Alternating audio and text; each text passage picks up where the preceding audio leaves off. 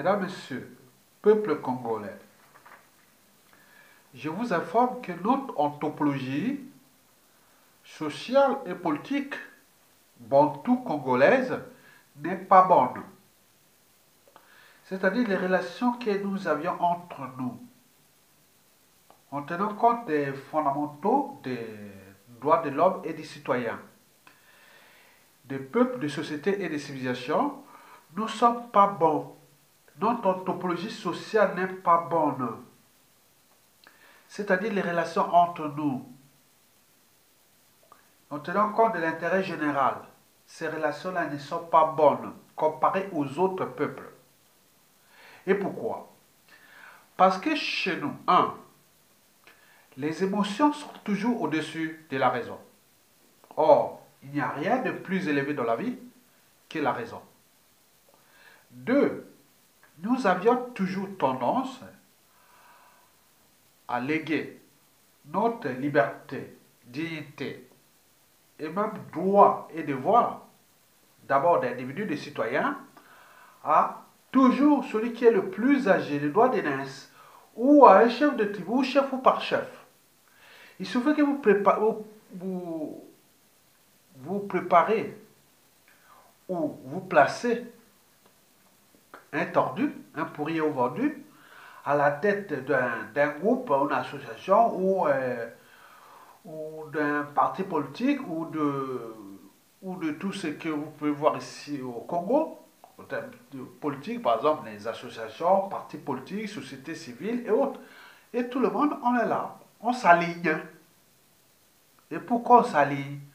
Parce que les émotions sont au-dessus de la raison.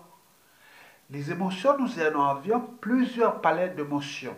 Mais celle qui nous envahit, c'est toujours la soumission, la colère, le dégoût,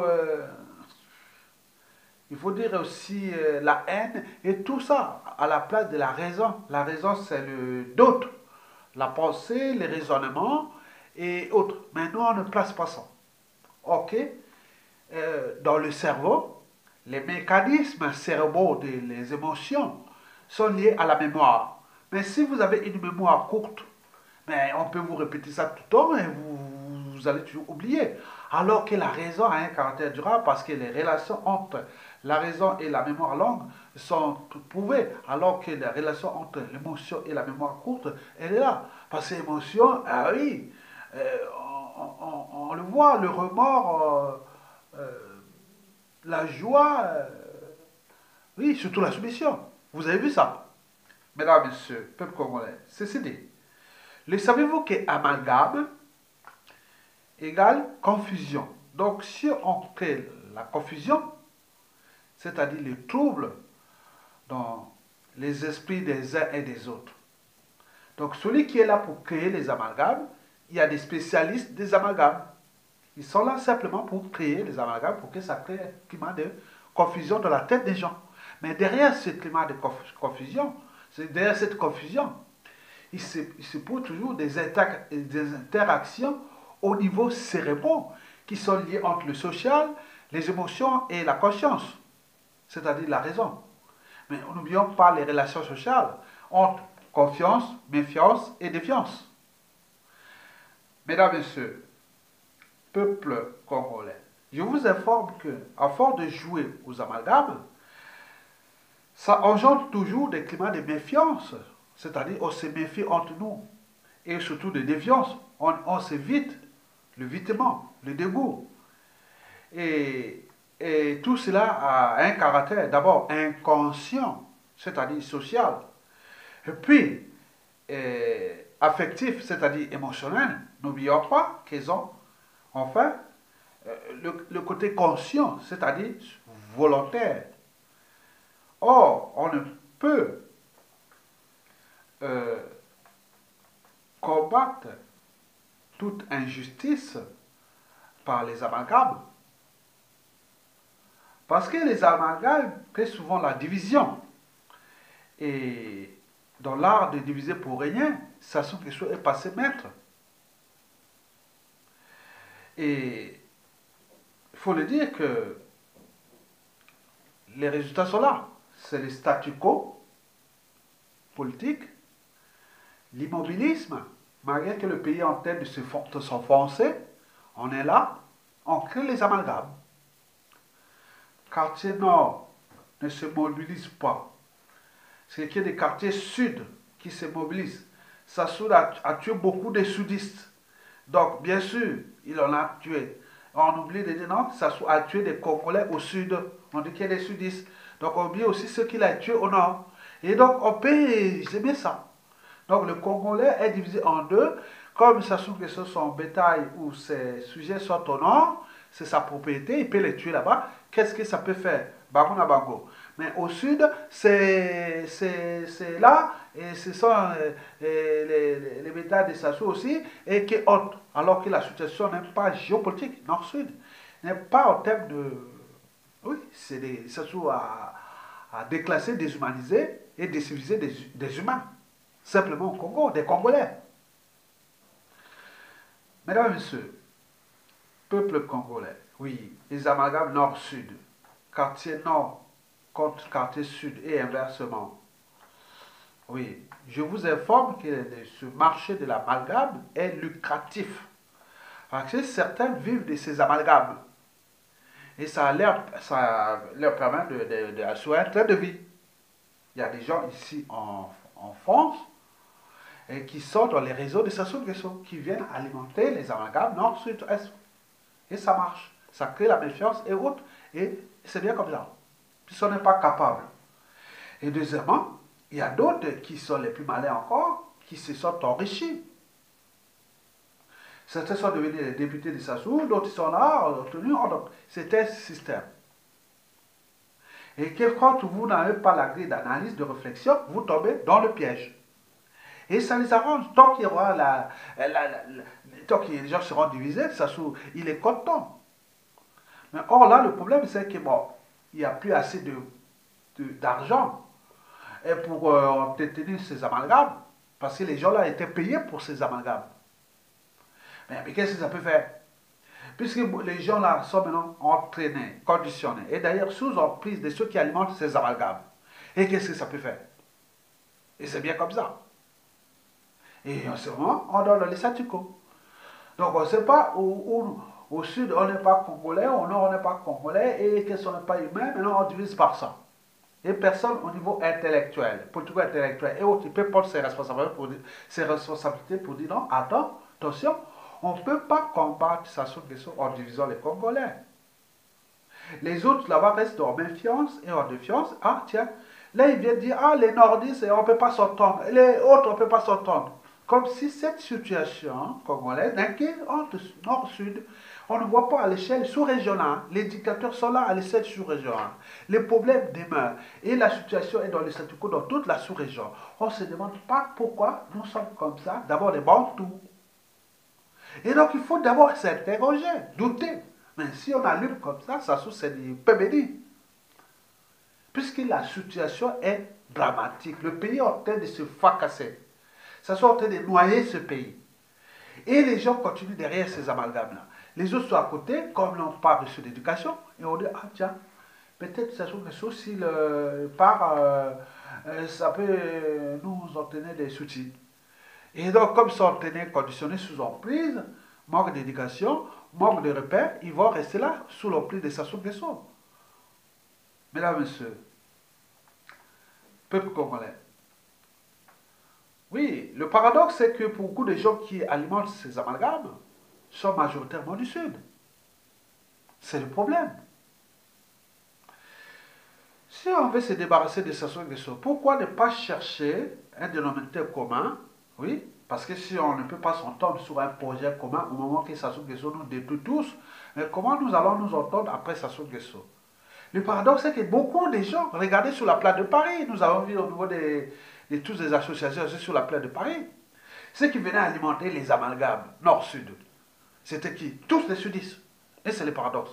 Que Sassou nous tue, Sassou nous fait ceci, Sassou est contre le sud, Sassou est contre le sud. Mais attendez, à un moment donné, on était pris comme dans une machine à laver. On s'est dit, mais comment on va s'en sortir de ça? Dis donc, on rappelle. Non, non, non. Et donc, c'est un système. et qui est là, il y a du nord au sud, de l'est à l'ouest. Évitez ces amalgames. Cherchons un moyen pour s'entendre ensemble, pour les faire partir. Combien y a-t-il des nordistes qui ont perdu leur vie avec Sassou Nguesso? Combien sont-ils opposants? Combien sont-ils là? Mais pourquoi on néglige ça? On dit, mais oui, quand même, ils sont hauts, mais ben, c'est quand même, oui, il y a quelques-uns, oui, oui, oui. Attendez. Donc, vous imaginez la situation est inquiétante à cause de ces amalgames, de ces spécialistes de ces amalgames. Et ils ont envahi les réseaux sociaux. Ils sont partis là-bas parce que les manifestations déjà sur la place de Paris. Ils sont venus saccager les associations et autres. Maintenant là, ils ont pris leurs endroits où ils pouvaient aller à des tribunes pour aller créer ces amalgames. Maintenant, ils sont maintenant, je ne sais pas où est-ce qu'ils se trouvent. Dès qu'il y avait une réunion, ils vous viennent là, comme le maître, et pour venir charger, et contre ces problèmes du Nord. Et le soir, par des réseaux, on dit qu'ils sont avec les gardes de Sassou Nguesso. Vous voyez ça? Donc, il faut les dénoncer, ces gens-là du Sud. Parce que de toute façon, la presse Sassou, nous avons besoin de deux côtés. Les gens qui créent l'amalgame, ils croient que bon, ben, quand les Nord, le Sud est peu synergique, c'est-à-dire unis, quelque part. Mais donc, quand ils sont entre eux, ils deviennent antagonistes. La situation est aussi dans le Nord. Et donc, c'est un problème national. Mesdames, Messieurs, peuple congolais. Alors, pourquoi amalgame, quartier nord de Brazzaville et quartier sud de Brazzaville est un faux débat pour ça se dégage? D'abord parce que l'ignorance est la pire des souffrances et la connaissance libère. Mesdames, Messieurs, savez-vous que le passé et le présent qu'on ignore, c'est l'avenir qui nous échappe. Donc l'avenir ou le futur, c'est tout justement le passé et le présent qu'on ignore. Donc je suis là au présent, mais d'ici 1 an, 2 ans, 3 ans, 10 ans, ce que je dis, ah oui, ça se rentrera dans les devoirs de mémoire du passé. Que finalement, ce qu'il disait, c'était vrai.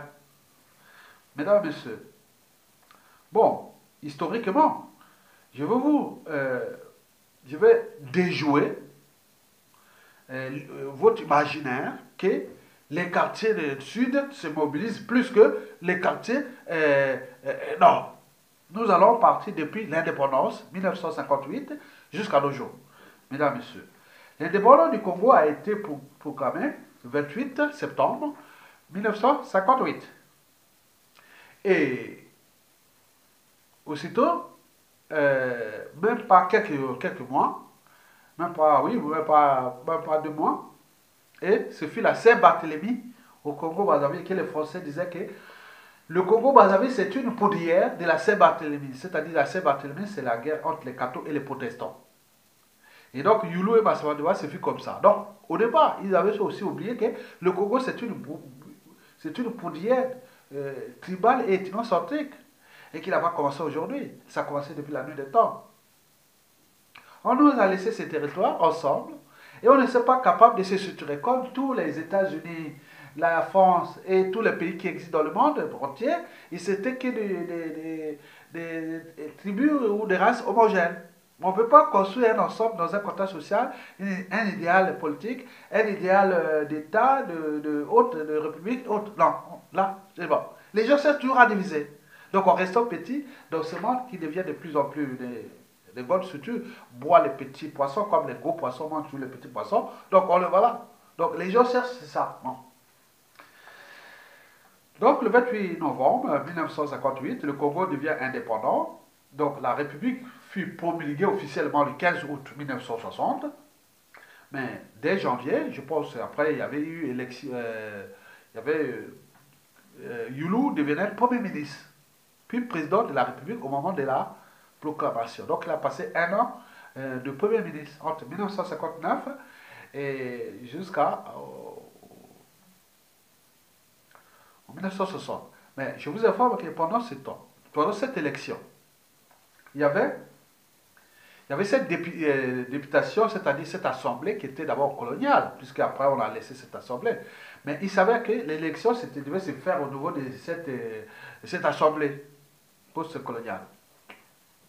Et il y avait deux partis qui étaient en concurrence. Il y avait le parti de Youlou, l'UDDA, et celui de Jacques Opagbo, le Parti socialiste africain.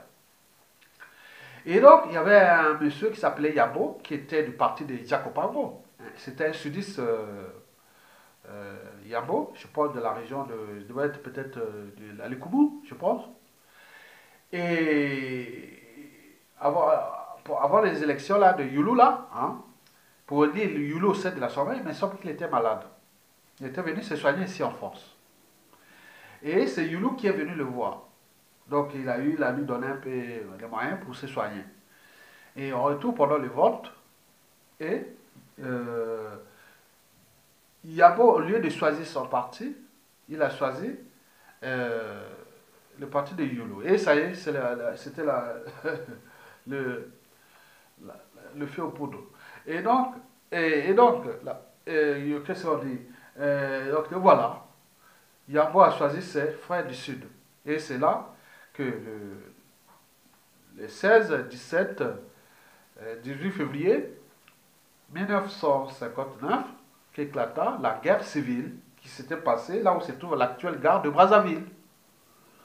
Mon père, qui venait de Bakongo, il a dû passer par le boulevard des Amériques pour passer par Mungali pour aller à Wenzé. Là où il vivait avant ma naissance, la naissance de moi et de ma soeur déjà. Parce que ma soeur est venue en 1961 et moi 2 ans après.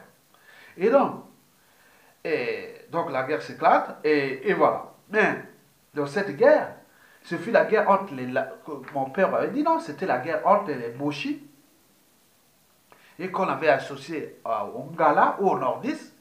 Et de l'autre côté, c'était les Lari qu'on avait associé au Sudiste. C'était pas quelque chose qui était le peuple congolais. Il n'y avait même pas une réaction nationale arrêtée. Tout s'est joué par la suite pour les deux protagonistes, pour se retrouver ensemble après. C'est après, entre eux, et ça devient une représentation nationale, mais le peuple n'a pas pris ses responsabilités. Ceci dit, passons maintenant en 1963, pendant les journées des 13, 14, 15 août 1963. Bon, Youlou commençait à faire un peu de. Voulait passer vraiment au parti unique, et donc il y a eu une contestation. Et cette contestation-là est partie déjà de qui? Ni du peuple du Sud et autres, non. C'était parti de,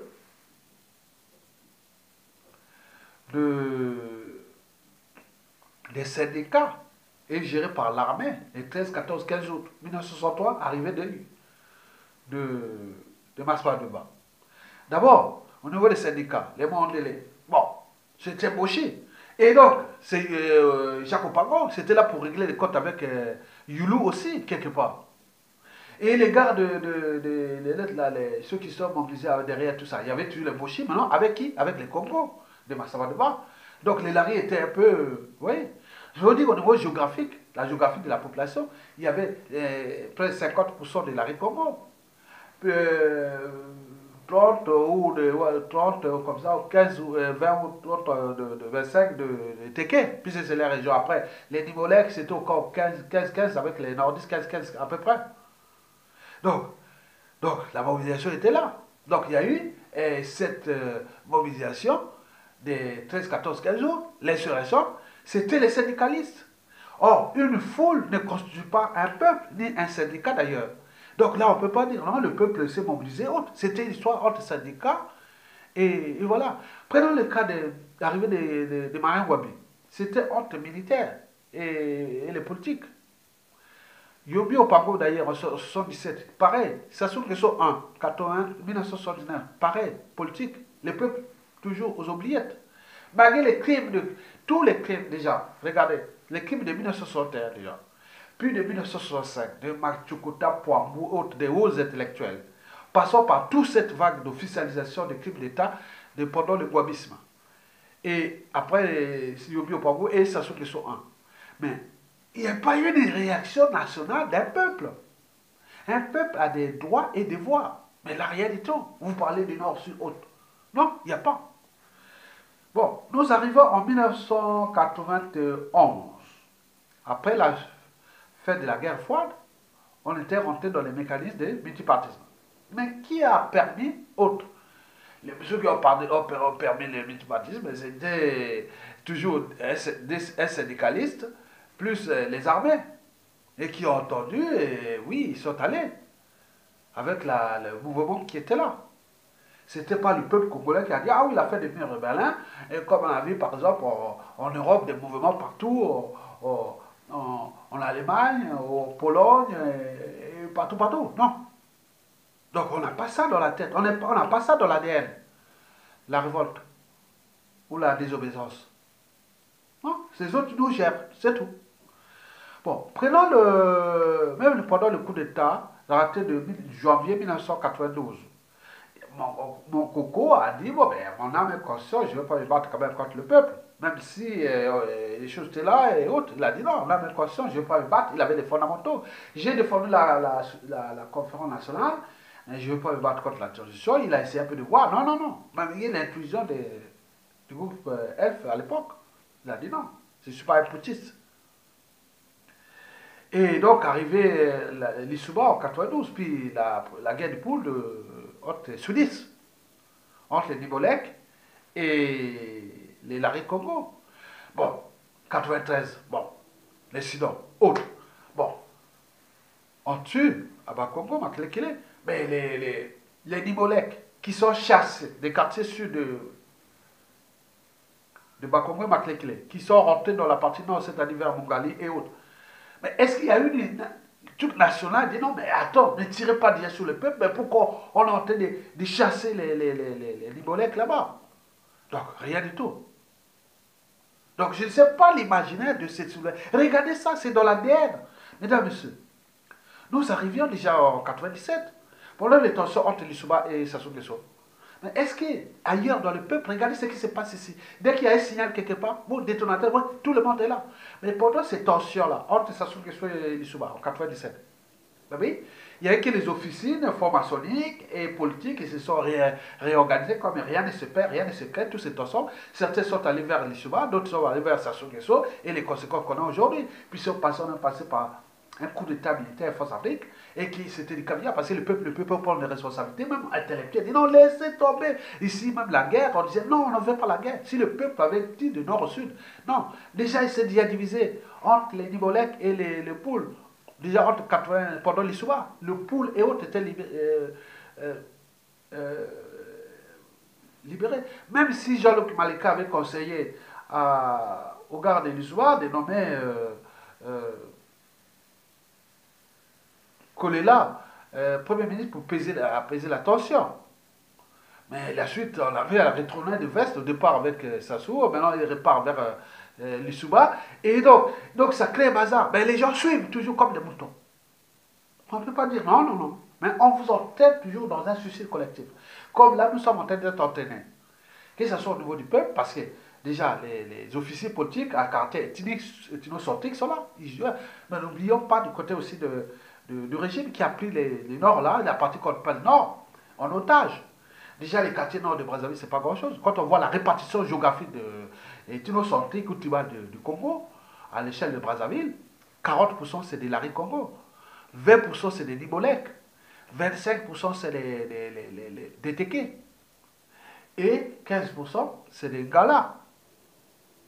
Donc la majorité où?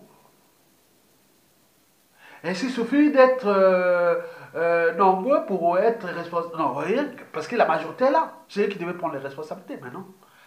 Donc, 98 à 2001, passons par c'était les génocides, les opérations Mouébara 1, 2, et n'oublions pas les génocides du Poule et autres. Personne n'est au nord, au sud, on ne peut pas dire des peuples.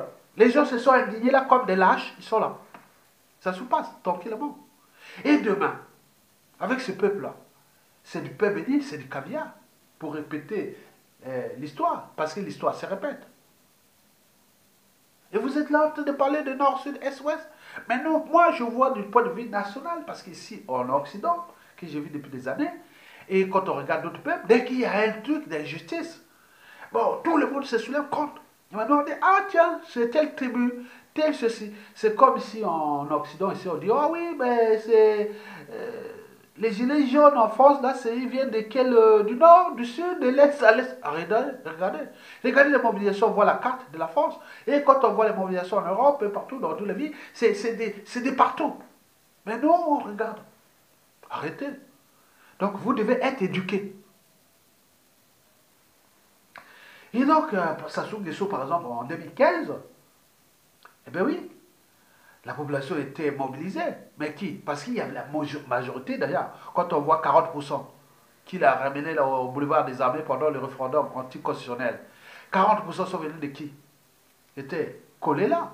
Et tous ceux qui étaient du sud avec eux.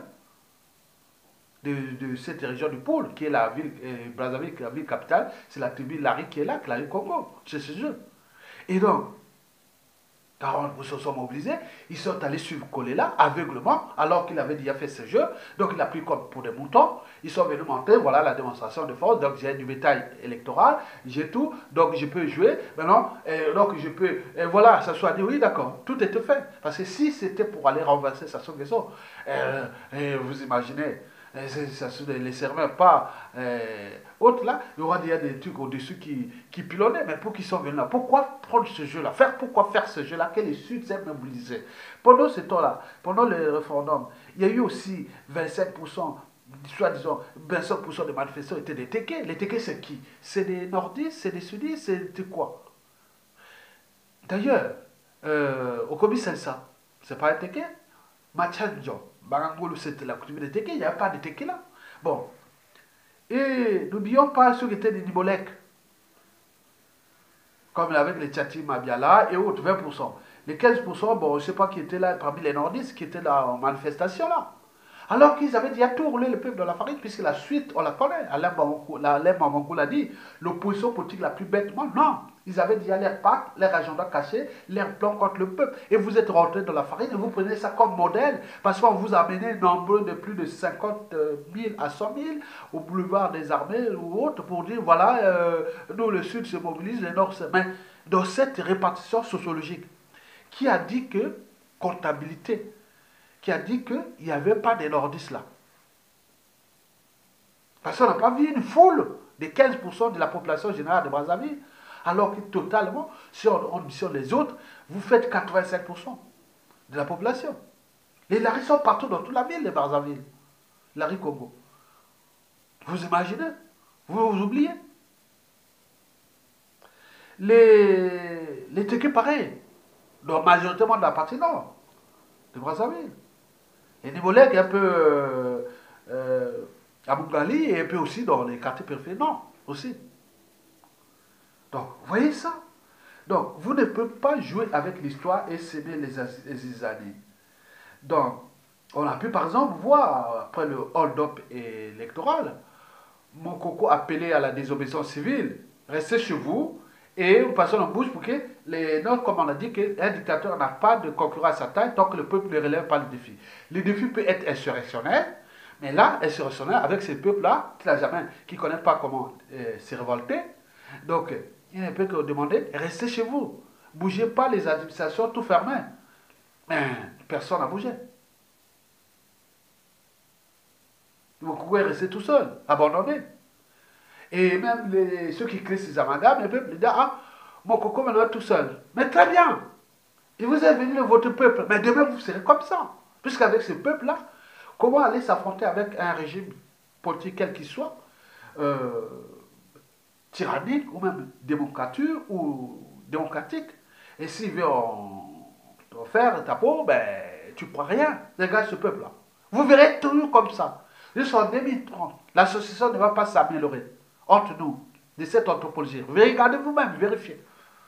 Donc, aller s'affronter avec un dictateur ou autre, il faut avoir il y a une majorité ethnique dans la ville de Brazzaville et que la personne est motivée à aller jusqu'au bout. Et là, ça peut aller. La majorité, elle est où? Elle est sudiste, elle est dans le pôle, et voilà.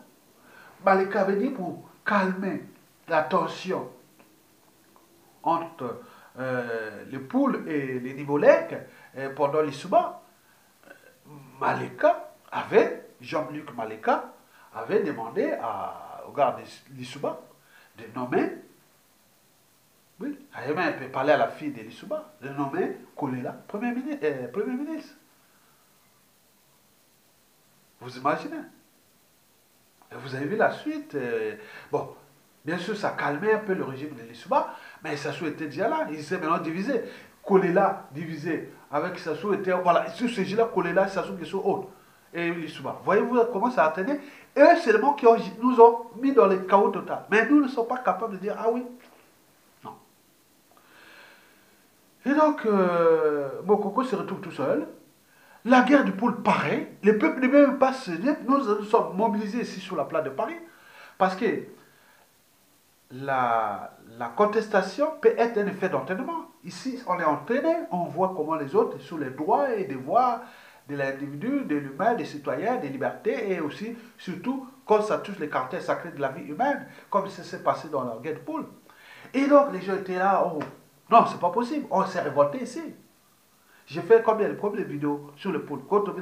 Il doit y avoir 7 vidéos, et qui touchent aujourd'hui l'ensemble, ça fait au moins 30 ou 40 000 vues.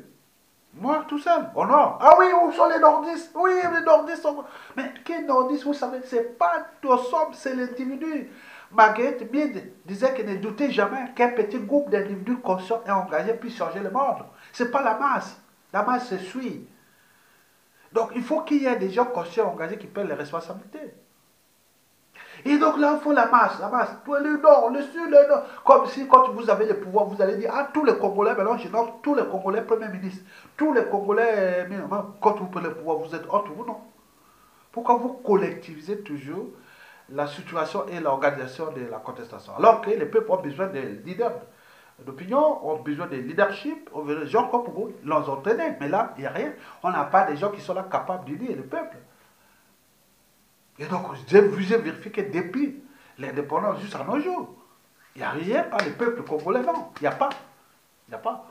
Et même Mounari, avec Boao, en 2017, ils appellent à manifester là au Rond-Point Mungali, on arrive combien? Moins de 200 personnes. C'est décourageant. Mais pourquoi? Parce que la majorité est collée là. Et au sud. Et donc, elle n'a pas dit, allez-y, non, rien du tout. Donc, Mounari se trouve avec 20% de Nibolek, et qui sont déjà divisés entre Tchati, entre tout. Bon, plus rien. Et Boao, la Likwala, c'est pas grand-chose. Donc, la faute à qui? Mesdames et messieurs. Bon, l'amalgame nord-sud, ceux qui les nourrissent, c'est que ces gens qui sont toujours dans l'ignorance, et qui tuent l'ignorance déjà anthropologique, qui est la nôtre.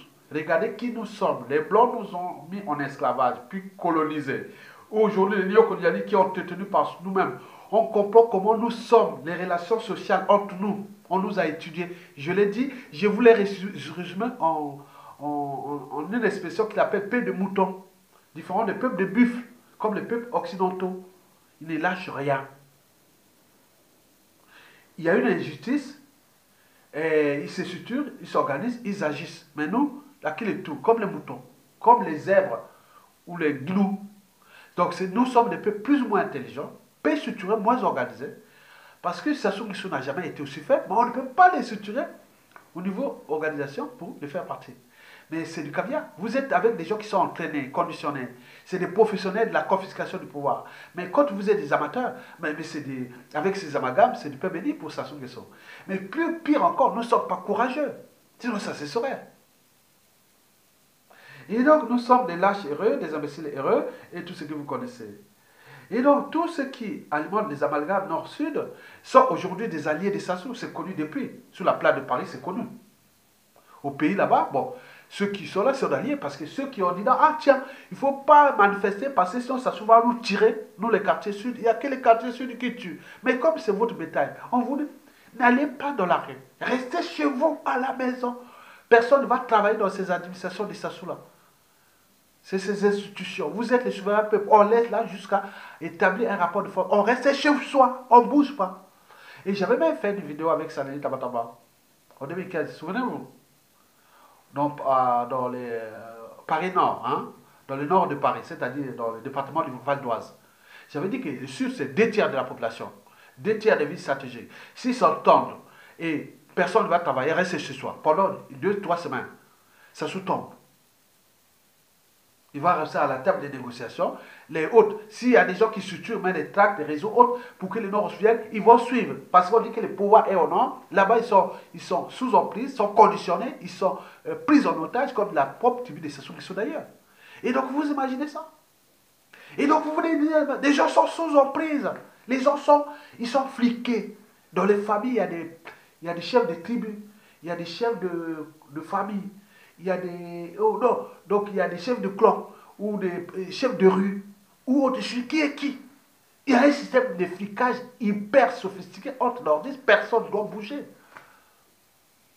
Donc, par conséquent, ceux qui sont la liberté au sud, qui soit disant au nord, ils devaient entraîner ça.